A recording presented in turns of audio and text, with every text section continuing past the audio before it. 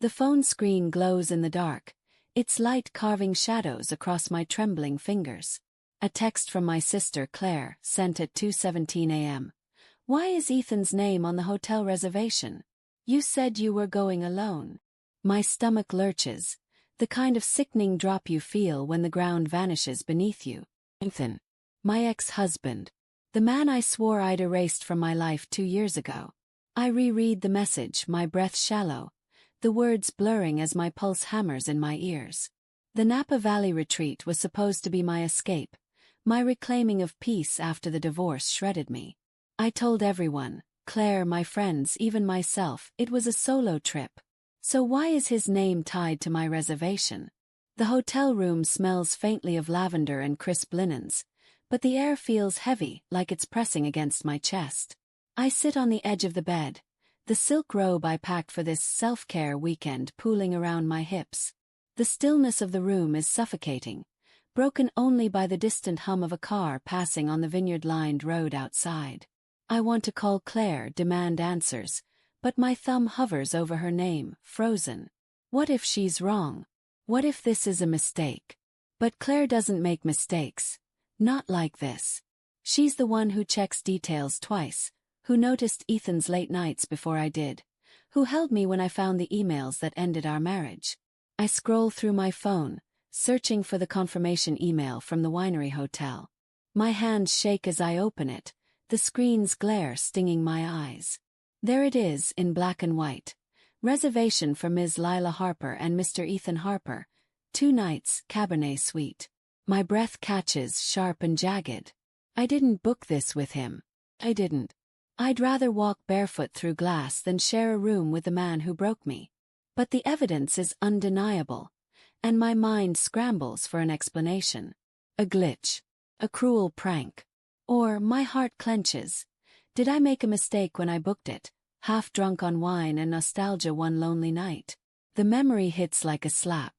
3 months ago, I sat alone in my apartment, a bottle of Pinot on the coffee table, scrolling through old photos I hadn't deleted. Ethan's smile, that crooked grin that used to make me feel safe, stared back at me. I'd cried, hating myself for missing him, for wondering if he ever thought of me. Had I opened the booking site that night?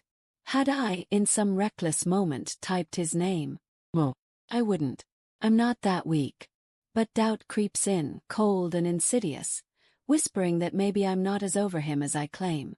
I dial Claire. The phone rings twice before she picks up, her voice thick with sleep but sharp with worry. Lila. What's going on? It's late. Why did you text me about Ethan? My voice is unsteady, too high, like a stranger's. How do you even know about the reservation? She hesitates, and in that pause, I hear the weight of something unspoken. I called the hotel to send you a spa voucher as a surprise. The receptionist mentioned Mr. Harper. I thought maybe you'd lied about going alone, but it didn't make sense. Lila, what's happening? I don't know. My words crack, and I press my hand to my mouth, muffling a sob. I didn't book it with him, Claire. I swear. Okay, she soothes, but there's an edge to her tone, like she's trying to solve a puzzle. Could someone else have access to your account? Your email, your credit card?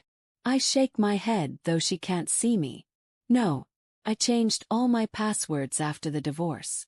You know that. My mind races, grasping at fragments of the past week.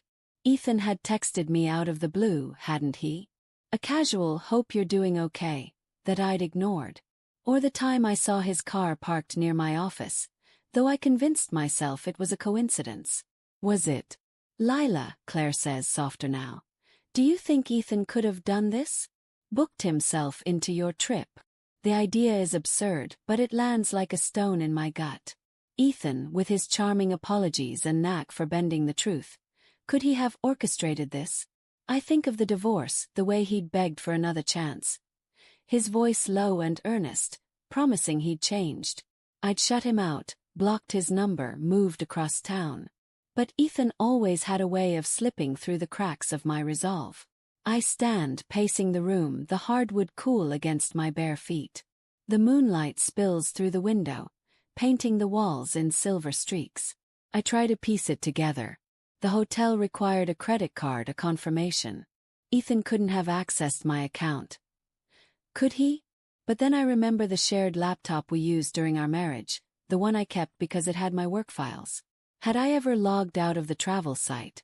My knees weaken and I sink into an armchair, the velvet rough under my palms. I call the hotel front desk, my voice clipped to hide the tremor. The night clerk, polite but tired, confirms the reservation details. Yes, Ms. Harper, it was updated 3 days ago to include Mr. Harper. The request came from the same email used for the original booking. My blood runs cold. I didn't make that request, I say too loudly. Can you tell me who did? I'm sorry, ma'am, we only see the email address. You'd need to check your account activity. I hang up, my pulse roaring. I log into the travel site, fingers fumbling over the password. The account history shows a change made 3 days ago, just like the clerk said. But I didn't touch it. I know I didn't. The room feels smaller, the walls closing in. I think of Ethan's face, the way he'd look at me when he lied. Eyes soft, almost pleading, as if daring me to doubt him. Had he hacked my account? Or worse, had he planned this, knowing I'd be here, alone, vulnerable? I text Claire again. I need you to check something. Can you look up Ethan's recent posts on X? She's better at navigating social media than I am. And if Ethan's up to something, he might have slipped up online. Minutes drag by, each one heavier than the last. My phone buzzes with her reply. He posted a photo yesterday. Napa Valley sign in the background. Caption. Ready for a weekend to remember. Lila, he's there.